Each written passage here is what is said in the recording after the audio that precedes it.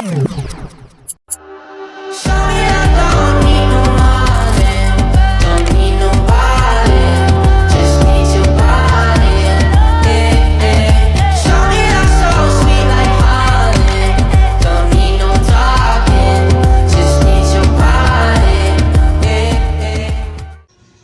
summer na pupunta kami sa Hacienda Jenson Farm and Resort dito sa may Rodriguez Rizal, dito sa may San Miguel. Ayan nga yung papunta namin, mataas yung kalsada at may mga part din na matarik yung kalsada, kaya i-ready nyo na yung mga sarili nyo. Pagkarating namin, nakita namin ang onti lang ng tao. Ay, ang galing!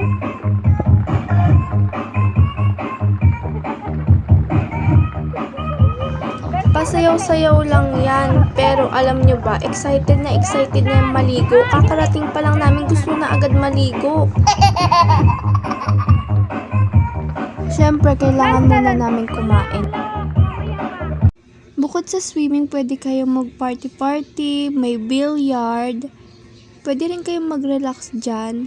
Tapos sumakay kayo sa car nila at explore ang buong farm. Pwede rin kayo magduyan or mag-try ng trampoline. Ang init! Isa, dalawa, tatlo.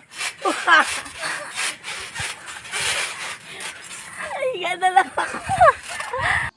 Ang dami nilang manukan dito, guys. Tapos, pwede rin naman kayong mag-explore dun sa may zoo nila, mini zoo. Pero di namin siya napuntahan kasi hindi rin namin alam na may ganun pala.